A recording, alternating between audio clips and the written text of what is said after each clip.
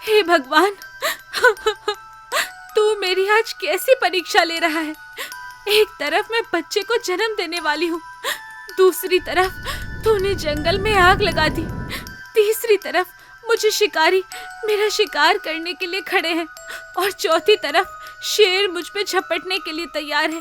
बहुत समय पहले की बात है। एक हिरनी बहुत समय बाद गर्भवती हो गई थी। उसे इस बात की बड़ी खुशी थी कि उसे बड़े लंबे समय बाद बच्चा होने वाला है।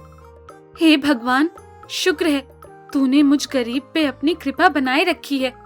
जब जब मैंने तुझसे सच्चे दिल से फरियाद की है, तूने हमेशा मेरी लाज रखी है। हिरनी की दोस्ती एक दूसरी हिरनी के साथ थी। वो भी हिरनी के लिए बहुत खुश थी कि वो गर्भवती है और उसे उसकी हमेशा चिंता रहती थी। शुक्र है बहन, तुम माँ बनने वाली हो। मुझे तुम्हारी बहुत चिंता होती थी जब तुम बच्चे के लिए तरस के रोती थी। हाँ बहन, ये सब तुम्हारी दुआओं का नतीजा है। पर बहन, मुझे इस बात की चिंता सता रही है, जैसे मेरे और मेरे बच्चे के साथ हुआ वैसे तुम्हारे साथ ना हो जाए। क्या बात कर रही हो तुम बहन? मैं सही कह रही हूँ बहन। बात कड़वी जरूर है, लेकिन सच है। तुम्हें बहुत सावधान रहना होगा। ये सब मैं तुम्हें इसलिए बता रही हूँ क्योंकि जो मेरे साथ हुआ, मैं नहीं चाहती कि तुम्हारे साथ भी हो।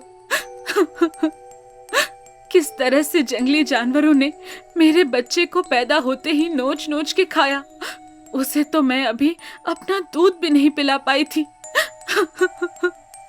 बहन, तुम्हें अपने बच्चे का बहुत ध्यान रखना पड़ेगा। जंगली जानवरों का बहुत खतरा हो गया है और आजकल जंगली जानवरों से ज्यादा इंसानों से डर लगने लगा है। इंसान जंगली जानवरों से भी ज्यादा खतरनाक हो गए हैं। आए दिन जंगल में शिकारी घूमते रहते हैं और हम जैसे निहत्थे जानवरों का शिकार करके हमें ले जाते हैं। बस इसलिए मैं तुम्हें कह रही थी कि तुम्हें अपना और अपने होने वाले बच्चे का बहुत ध्यान रखने की जरूरत है। हाँ बहन, तुम सही कह रही हो, पर मुझे समझ में नहीं आ रहा मैं अकेली ये सब कैसे कर पाऊंगी। मैं कैसे खुद को और अपने बच्चे को सुरक्षित रख पाऊंगी। बस बहन, भगवान पर भरोसा रखो और हर समय चौकन्नी रहो। बाकी मैं तो हूँ ही तुम्हारा ख्याल रखने के लिए। तुम्हें तो पता है, बचपन से हम दोनों की मित्रता है। जहाँ मेरी जरूरत पड़े मैं हाजिर हूँ। इस तरह से दोस्त हिरनी गर्भवती हिरनी का बहुत ध्यान रखती थी। फिर एक दिन की बात है। दोस्त हिरनी गर्भवती हिरनी के लिए खाना तलाशने बाहर गई हुई थी। गर्भवती हिरनी को अपनी सहेली की राह देखते देखते दिन से रात हो गई थी। कहाँ हो तुम बहन? मैं कब से तुम्हें तलाश रही हूँ। बहुत थक गई हूँ। कहाँ तलाशूं अब तुम्हें? आधी रात हो गई थी, लेकिन गर्भवती हिरनी की सहेली अभी तक घर नहीं पहुंची थी और गर्भवती हिरनी उसे ढूंढते ढूंढते अपने घर से जंगल में बहुत दूर निकल गई थी। हिरनी थकावट के कारण अभी चल भी नहीं पा रही थी और एक जगह जाकर बैठ जाती है। कहीं थोड़ा सा पानी मिल जाता, मेरा गला बहुत सूख रहा है। ये मुझे अचानक से क्या हो रहा है? पेट में इतना तेज दर्द क्यों हो रहा है? अचानक से गर्भवती हिरनी को आधी रात में पेट में दर्द होने लगता है और अब वो समझ गई थी कि उसके प्रवास का समय आ गया है। हे भगवान, अब मैं क्या करूं? मेरे प्रसव का समय आ गया है।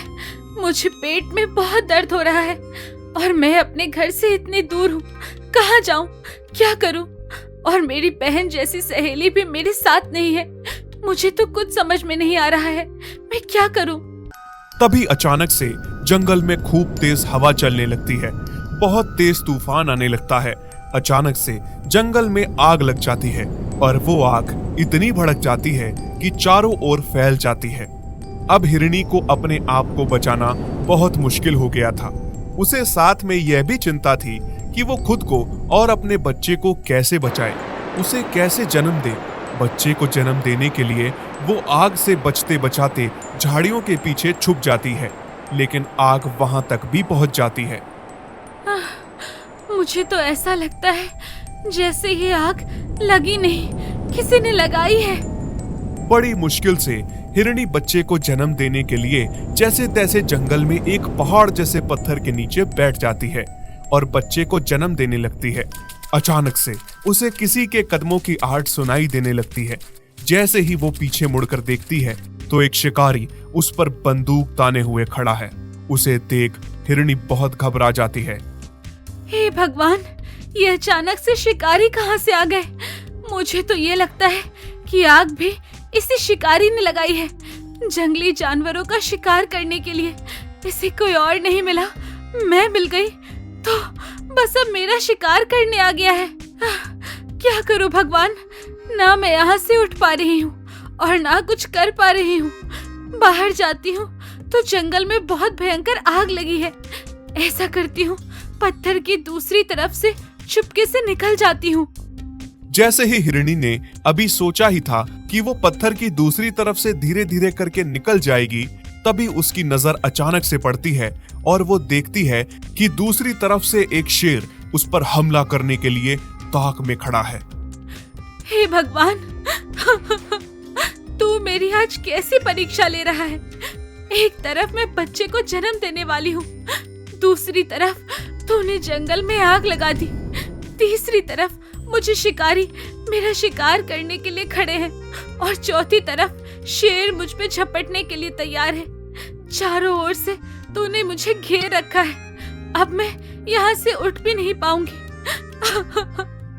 मुझे नहीं पता मेरे बच्चे मैं तुझे जन्म दे पाऊंगी भी या नहीं, पर जो भी, अब बस भगवान मुझे तुझ पर ही भरोसा है, तेरा ही आसरा है।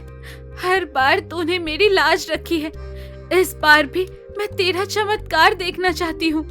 अब हिरणी ने अपना मन शांत किया, भगवान का ध्यान किया और अपना पूरा भरोसा भगवान पर रखकर धीरे धीरे करके हिरणी ने बच्चे को जन्म दिया। तभी अचानक से बहुत जोर से बिजली कड़की। बिजली कड़क के सीधा शिकारी पर जा गिरी। शिकारी के हाथ में बंदूक की गोली सीधा शेर के जा लगी।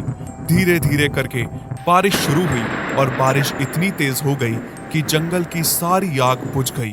इस तरह से हिरणी और उसका बच्चा दोनों सुरक्षित हो गए। यह चमत्कार होता हुआ देख हिरणी बहुत हैरान थी। तभी सुबह हो जाती है और हिरणी की सहेली उसे ढूंढती हुई वहां पहुंच जाती है। अरे, तुमने बच्चे को जन्म दे दिया, बहुत प्यारा है तुम्हारा बच्चा। मुझे माफ कर दो, मैंने तुमसे वादा किया था कि मैं हर समय तुम्हारे साथ में खड़ी रहूंगी, लेकिन मैं अपना वादा पूरा न कर पाई। दरअसल मैं जब तुम्हारे लिए खाना तलाशने गई थी और जब मैं वापस आ रही थी तो जो नाला पार करके मैं गई थी वो नाला बारिश के कारण ऊपर तक भर गया था, जिससे मैं वापस पार ही नहीं कर पाई। इसलिए मैं रात को वहीं पे रुक गई। मुझे तुम्हारी बहुत चिंता हो रही थी। सुबह जब घर पहुंची तो तुम वहाँ पर थी ही नहीं। मुझे समझ में नहीं आया तुम यहाँ कैसे पहुंची। बहन, मैं तुम्हें यहाँ ढूंढती हुई आई थी, पर यहाँ पर ऐसा क्या हुआ? ऐसा लग रहा है जैसे यहाँ पर कोई बहुत बड़ी घटना घटी हो और उसके बाद पूरा जंगल शांत पड़ा हो। कुछ नहीं बहन, कभी कभी भगवान हमारी परीक्षा लेते हैं और कभी कभी हमारा बुरे से बुरा समय आ सकता है, पर हमें हिम्मत नहीं हारनी चाहिए, संयम बनाए रखना चाहिए, भगवान पर अपनी आस्था बनाकर रखना चाहिए। हमें भगवान पर पूरा भरोसा होना चाहिए। भगवान अपने भक्तों की जरूर सुनते हैं और उन्हें हर परेशानी से बाहर निकालते हैं, जिस तरह से उन्होंने आज मुझे निकाला है। हाँ, शायद तुम सही कह रही हो। चलो अब अपने घर चलते हैं। इस तरह से हिरणी अपनी बहन जैसी सहेली और अपने बच्चे के साथ घर चली जाती है और सारे मिलकर एक दूसरे के साथ खुशी खुशी अपना जीवन व्यतीत करते हैं। हाँ, मुझे अंडे देने हैं, पर कोई सुरक्षित जगह ढूंढनी पड़ेगी जहाँ मेरे अंडों तक कोई भी ना पहुँच पाए। मुझे अपने अंडों और होने वाले बच्चों की खूब सुरक्षा करनी होगी। कौवा अपने अंडों के लिए सुरक्षित जगह ढूंढती है और उड़ते उड़ते बहुत दूर जंगल में एक जगह उसे एक सुरक्षित पेड़ दिखाई पड़ता है।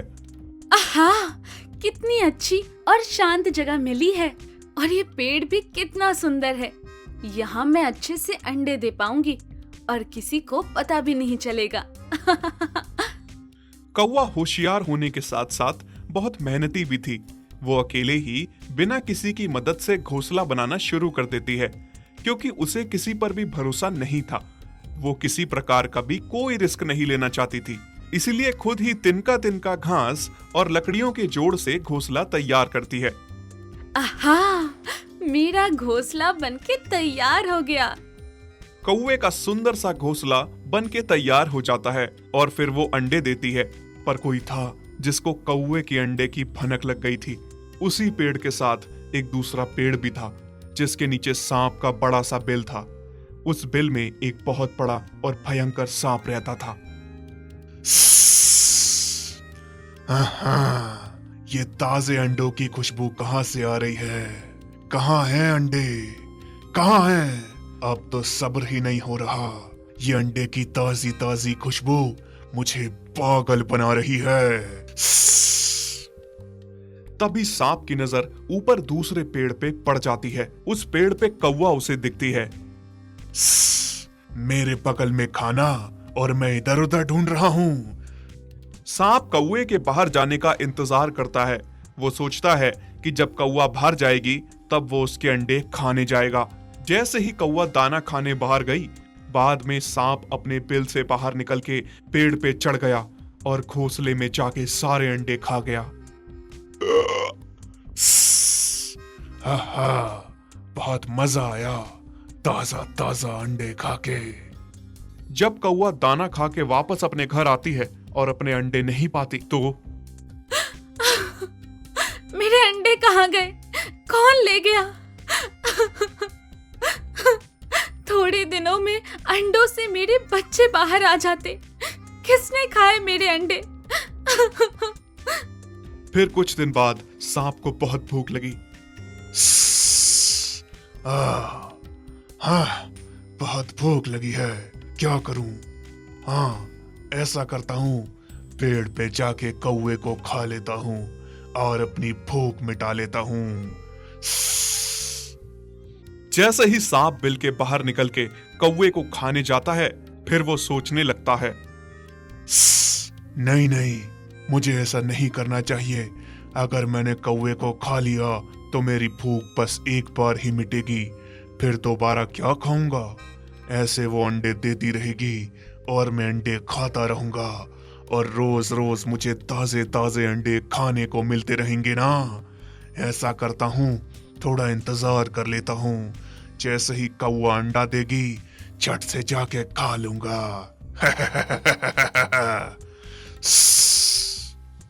फिर थोड़े दिन बाद कौवे ने फिर से अंडे दिए और खुद दाना चुगने बाहर चली जाती है। सांप अपने बिल में सो रहा था, तभी उसे अंडों की ताजा गंध आने लगी। हाँ, अंडों की गंध, इसका मतलब कौवे ने अंडे दिए हैं। मुझे जाके अंडे खाने हैं। जैसे ही कौवा दाना चुगने बाहर जाती है कि सांप पीछे से जाके कौवे के सारे अंडे खा लेता है। बहुत ही मजा आया, बहुत ही स्वादिष्ट अंडे थे। कौवा जब वापस शाम को अपने घोंसले में लौटती है और देखती है कि फिर से अंडे गायब हैं, तो फूट फूट के रोने लगती है। कौन है जो बार बार मेरे अंडे खा रहा है? हे भगवान, मेरे साथ ऐसा कौन कर रहा है? अब मुझे पता लगाना ही होगा, ऐसा कौन कर रहा है। अगले दिन कौवे ने फिर से अंडे दिए और पता लगाने के लिए खुद छिपके देखने लगी कि आखिर कौन है जो उसके अंडे खा रहा है। अंडों की गंध सूंघते हुए सांप फिर से पेड़ पे चढ़ गया। फिर जैसे ही अंडे खाने लगा, कौवा बाहर निकली। अच्छा, तो ये तुम हो जो रोज रोज मेरे अंडा खा रहा है, दुष्ट कहीं के। कौवा सांप से बहुत लड़ने की कोशिश करती है। वो अपनी जी जान लगा देती है अंडे बचाने में, लेकिन सांप से हार जाती है और सांप एक बार फिर से सारे अंडे खा लेता है। कितने निर्दयी हो, कैसे मेरे अंडे खा गए? तुम्हें तो नहीं छोड़ूंगी। पिद्दी भर कौवा मुझसे मुकाबला करेगी? तुम मान क्यों नहीं लेती कि तुम मेरा कुछ भी नहीं बिगाड़ सकती हो? कहाँ मैं इतना बलशाली और कहाँ तू कमजोर सी कौवा। अगर मेरा बस चलता तो मैं अभी के अभी तुझे खा जाता, पर नहीं, मैं ऐसा नहीं करूंगा। अगर मैं तुझे खा गया तो जो रोज तेरे अंडे खाता हूँ वो कहाँ से खाऊंगा? चल तेरी जान बख्श देता हूँ, पर कल मेरे लिए अच्छे अच्छे अंडे देना ताकि मैं मजे से खा सकूं। कौवा बहुत दुखी हो जाती है, रोती है और सोचती है ऐसा क्या करूं जिससे सांप को सबक भी सिखा सकूं और अपने अंडों को भी बचा सकूं। फिर एक दिन की बात है, कौवा बहुत परेशान होती है और रोती है। तभी वहां से एक बुजुर्ग मैना निकलती है। बेटी क्या हुआ, तुम रो क्यों रही हो? बताओ मुझे, शायद मैं तुम्हारी कुछ मदद कर पाऊं। कौवा बुजुर्ग मैना को अपनी सारी परेशानी बताती है। मैना उसे बताती है कि वो उसे परेशानी से बाहर निकाल सकती है और सांप को भी सबक सिखा सकती है। मैना ने उसे समझाया कि आगे उसे क्या करना है। फिर अगले दिन कौवे ने ठीक वैसा ही किया जैसा उसे मैना ने समझाया था। कौवा पास के ही एक राजा के महल में जाती है, जहां तालाब में राजा की बेटी और उसकी सहेलियां नहा रही होती हैं। राजकुमारी ने अपने सारे वस्त्र और जेवर उतार के रखे होते हैं। कौवा उड़ती हुई आती है और राजकुमारी के जेवर छाट के कंगन निकाल के उड़ जाती है। अरे अरे, मेरे कंगन! सिपाहियों, पकड़ो उस कौवे को, वो मेरा कंगन ले जा रहा है, पकड़ो! सिपाही कौवे के पीछे पीछे भागते हैं। पकड़ो पकड़ो इस कौवे को! हाँ, पकड़ो पकड़ो इस चोर कौवे को जो हमारी राजकुमारी का कंगन चुरा के भागा है। कौवा भागते भागते सीधा उस बिल के पास आ जाती है जहां वो सांप छुप के बैठा था, और कौवा उस कंगन को बिल के अंदर डाल देती है और खुद जाकर अपने पेड़ पे बैठ जाती है। अरे, इस कौवे ने तो कंगन बिल के अंदर डाल दिया है, अब क्या करें? करना क्या है, राजकुमारी का कंगन वापस लेकर ही जाना होगा, नहीं तो हम जिंदा नहीं बचेंगे। तोड़ दो इस बिल को और कंगन निकालो। तीनों सिपाही डंडों से बिल को तोड़ने लगते हैं।